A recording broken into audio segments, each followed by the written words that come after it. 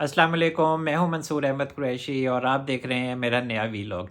Chief justice उमरता Bandial साहब ने 8 रुकनी bench की सरबराही करते हुए practice and procedure bill case के हवाले से अहम समाअत की, जिसमें चीफ जस्टिस साहब ने अहम रिमार्क्स दिए कि सियासी लोग इंसाफ नहीं मनपसंद फैसले चाहते हैं।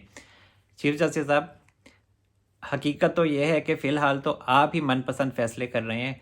हुकूमत तो बेचारी कह रही है कि कानून के मुताबिक फ़ैसले करें आप। उनका मज़ीद कहना था कि सियासी जमातें फ़ैसलों के लिए पिक एंड चूज़ चाहती हैं।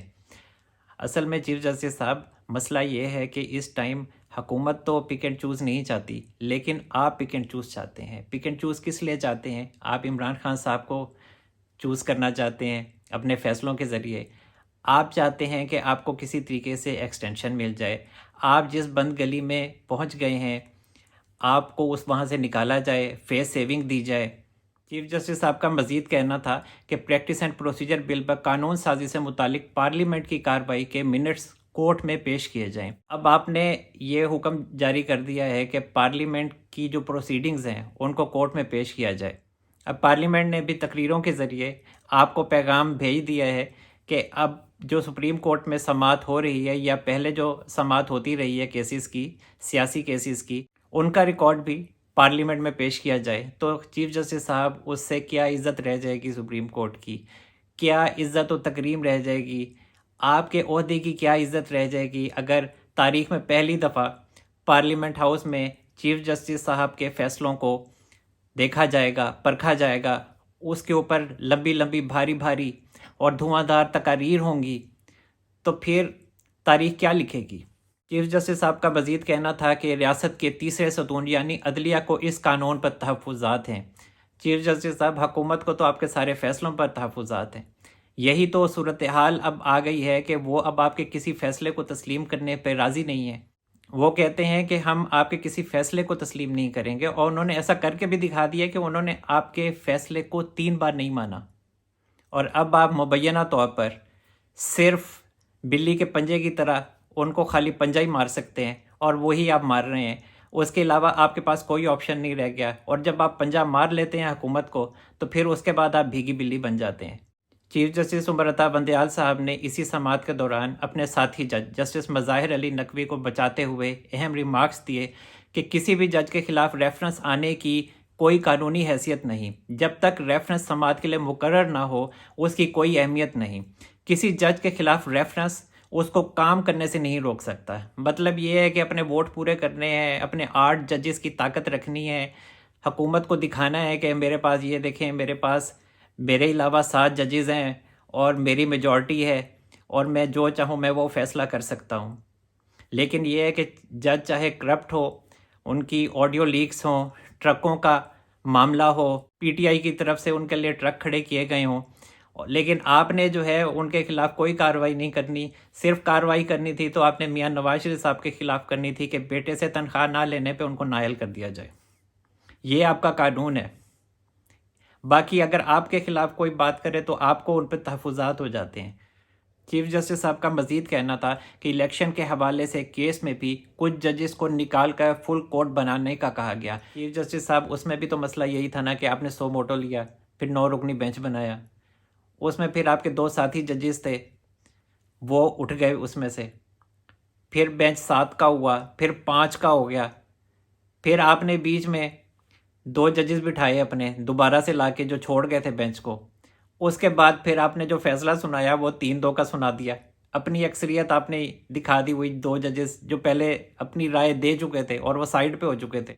फिर आपने 3-2 का फैसला सुना दिया। अब हुकूमत कहती है कि फैसला तो 4-3 का था। तो बात तो उनकी ठीक है बिल्कुल, कि फैसला तो पहले ही आ चुका था कि 4 जजेस जो थे उन्होंने तो आपके खिलाफ इख्तलाफी नोट लिखा, और आपने उनको नहीं मानते, आप उनका फैसला नहीं आप सुनाते, और अपना आप 3-2 का फैसला रख के बैठे हुए। तो इसी हवाले से कहा जा रहा है कि आप फुल कोर्ट बना दें।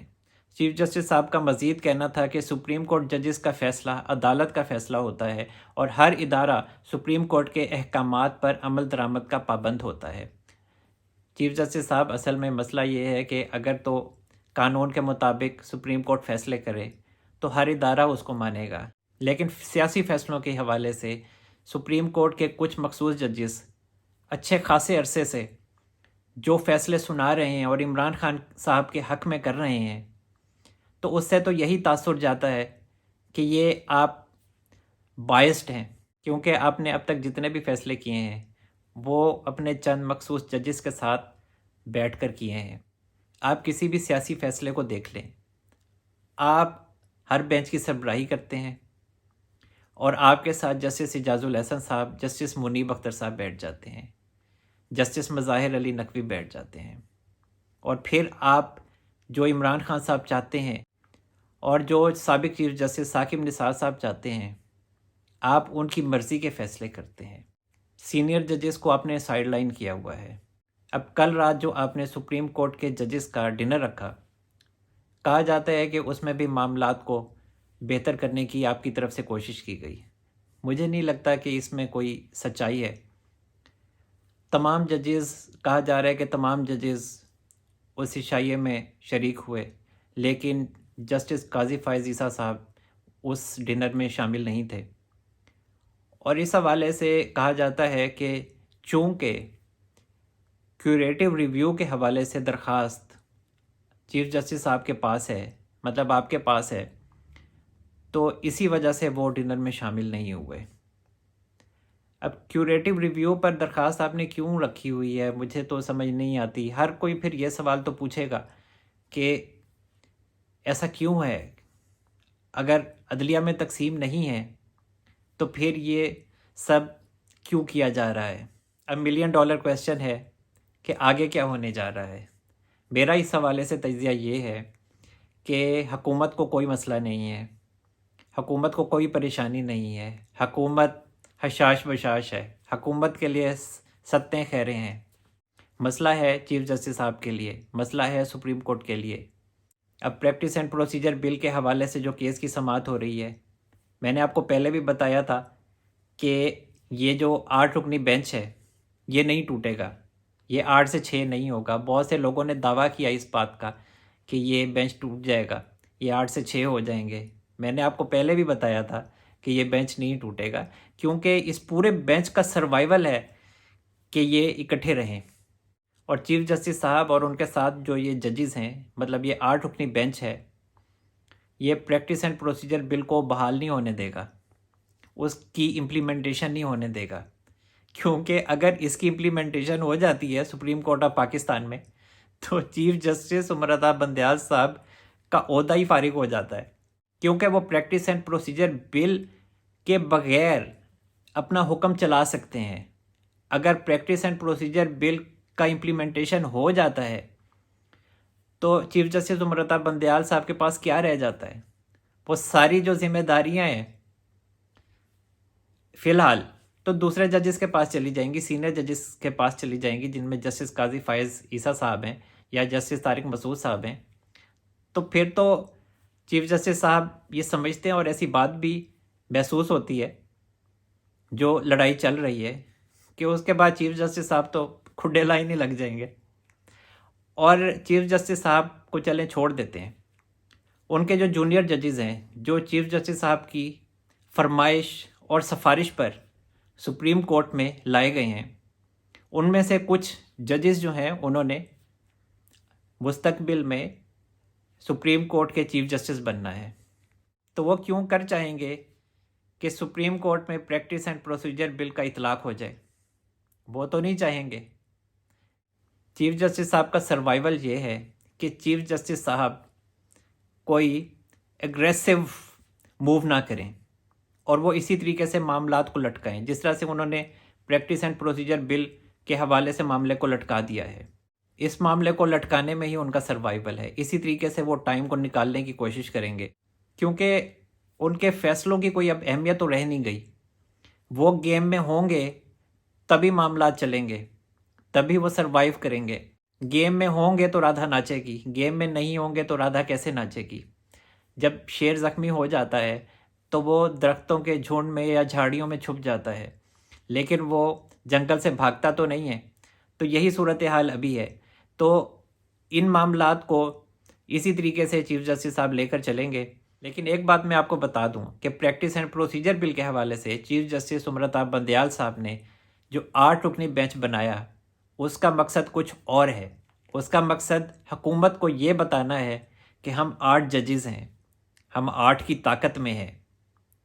لیکن دوسری طرف حکومت نے پارلیمنٹ میں دھواں دھار تقاریر کی، انہوں نے بھی اپنی میجورٹی دکھائی. پہلے ہی وزیر اعظم صاحب جو ہیں وہ اعتماد کا ووٹ لے چکے ہیں، 180 ووٹ انہوں نے لیے تھے، انہوں نے بھی اپنی طاقت دکھا دی تھی. وہ رستم پارلیمنٹ ڈکلیئر کیے گئے ہیں. اور ایک اور اہم بات جو آج ہوئی ہے حکومت کی طرف سے، انہوں نے پارلیمنٹ میں اپنی میجورٹی تو دکھائی، تقاریر جو کیں وہ بھی کیں چیف جسٹس صاحب کے خلاف. اس کے بعد وزیر اعظم صاحب نے شام کو یہ بھی دکھا دیا کہ آج میری army chief general Asim Munir صاحب سے اور DGISI لیفٹیننٹ جنرل ندیم انجم صاحب سے بھی ملاقات ہوئی ہے. یہ بھی تو ایک پیغام ہے نا چیف جسٹس امرتا بندیال صاحب کے لیے کہ حکومت کیا ارادے رکھتی ہے. اگر آپ ایسے ارادے رکھتے ہیں، خطرناک ارادے رکھتے ہیں، صورتحال کو یوں ہونے والی ہے کہ چیف جسٹس صاحب اسی 8 رکنی بینچ کو آگے پولیٹیکل سٹنٹ کے لیے استعمال کریں گے. پولیٹکس ہی کر رہے ہیں نا، سبھی پولیٹکس کر رہے ہیں. کون ہے جو آئین و قانون کے مطابق چل رہا ہے؟ نہ سپریم کورٹ چل رہی ہے اور نہ پارٹیز. خیر ان کا تو کام ہی سیاست کرنا ہے.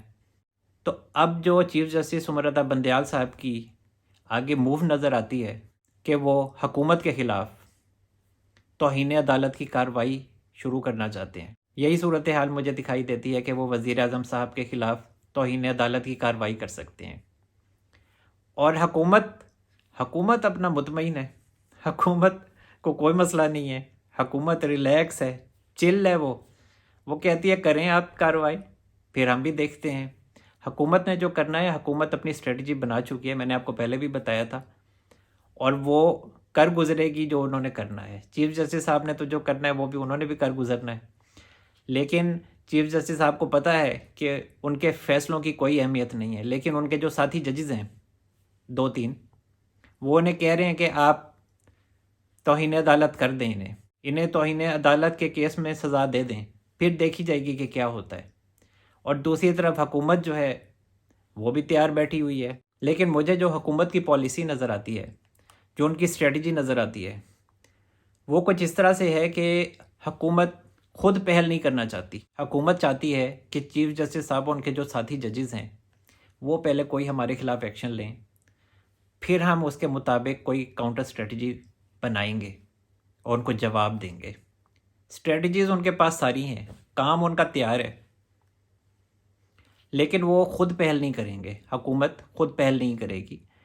چیف جسٹس صاحب کو پہلے کھیلنے کا موقع دے گی، انہیں بیٹنگ کا پہلے موقع دے گی، اور پھر اس کے بعد جب چیف جسٹس صاحب بیٹنگ کریں گے تو پھر جو حکومت ہے وہ کبھی ان سوئنگ کروائے گی، کبھی یارکر کروائے گی، کبھی آؤٹ سوئنگ کروائے گی، اور پھر اینڈ میں آ کے باؤنسر مار دے گی.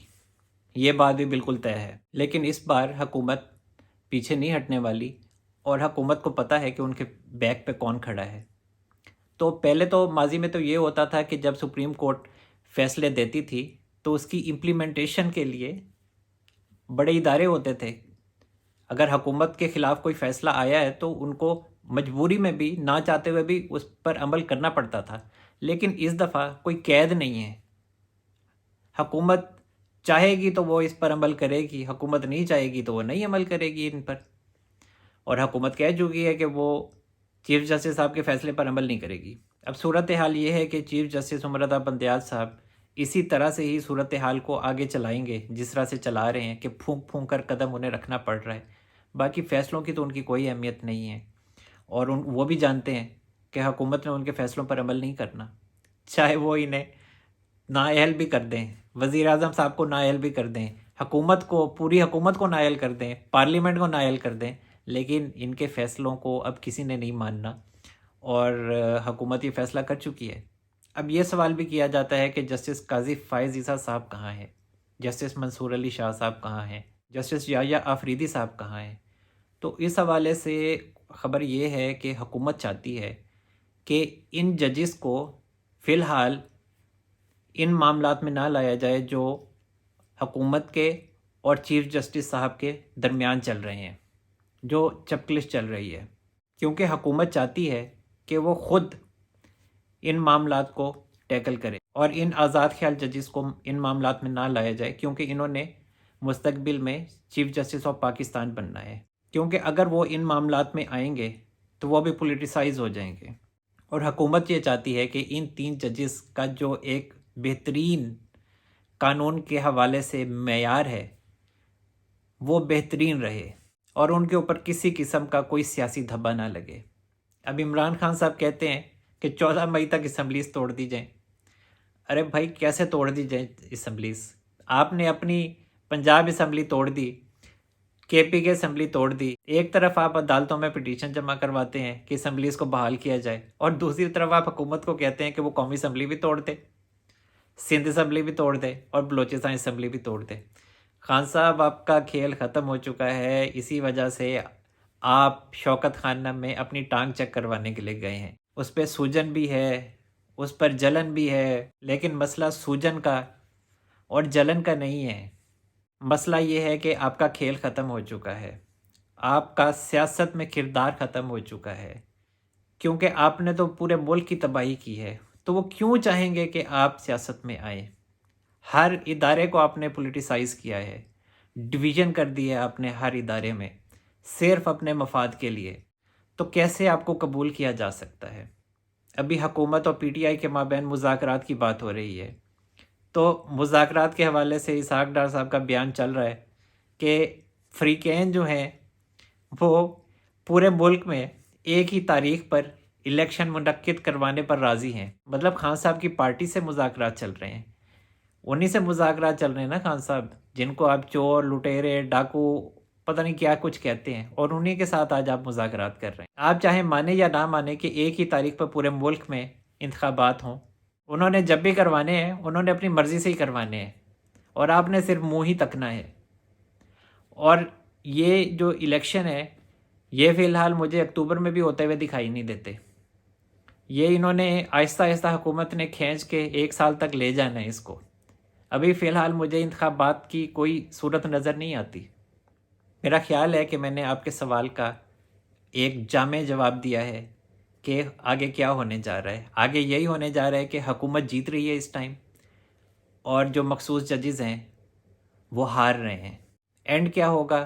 اینڈ یہی ہوگا کہ چیف جسٹس صاحب کو گھر جانا پڑے گا، ان کے ساتھ جو ساتھی ججز ہیں ان کو گھر جانا پڑے گا، لیکن یہ اس وقت ممکن ہے اگر چیف جسٹس صاحب اپنے مخصوص ساتھی ججز کے ساتھ کوئی بڑا قدم اٹھاتے ہیں۔ اگر چیف جسٹس صاحب بڑا قدم اٹھا لیتے ہیں تو حکومت اس سے بھی بڑا قدم اٹھائے گی، اور جو وہ بڑا قدم اٹھائے گی تو یہ بات طے ہے کہ حکومت وہ بڑا قدم بھی پارلیمنٹ کے کندھے پر رکھ کر ہی اٹھائے گی۔ ایک بات یہاں نہایت اہم ہے کہ عمران خان صاحب کو کسی قسم کی اس وقت فیس سیونگ نہیں دی جا رہی، اور عمران خان صاحب کے لیے الیکشن کی تاریخ لینے سے بڑا مسئلہ اس وقت ان کے کیسز ہیں اور فیس سیونگ ہے جو انہیں نہیں مل رہی۔ عمران خان صاحب کی خواہش ہے کہ ان کے کیسز ختم کیے جائیں، ان کو فیس سیونگ دی جائے، لیکن اصل میں مسئلہ یہ ہے کہ میاں نواز شریف صاحب اس بات کو بھی نہیں مان رہے، اور یہی حقیقت ہے، اور اسی وجہ سے حکومت بھی ٹال مٹول سے کام لے رہی ہے۔ خواجہ آصف صاحب کے بیانات آپ دیکھ لیں، میاں جاوید لطیف صاحب کے بیانات دیکھ لیں، اور دیگر سیاستدانوں کے جو حکومت میں شامل ہیں ان کے بیانات دیکھ لیں، تو آپ کو صورتحال پتہ چل جائے گی کہ عمران خان صاحب کس پریشانی میں مبتلا ہیں۔ آخر میں آپ سب کا تہہ دل سے شکریہ کہ آپ سب نے میرے چینل کو سپورٹ کیا، مجھے اتنی عزت دی، اتنی محبت دی، آپ سب کا تہہ دل سے مشکور ہوں۔ اب تک کے لیے اتنا ہی۔ منصور احمد قریشی کو اجازت دیجیے، اپنا بہت سارا خیال رکھیے گا۔ اللہ حافظ۔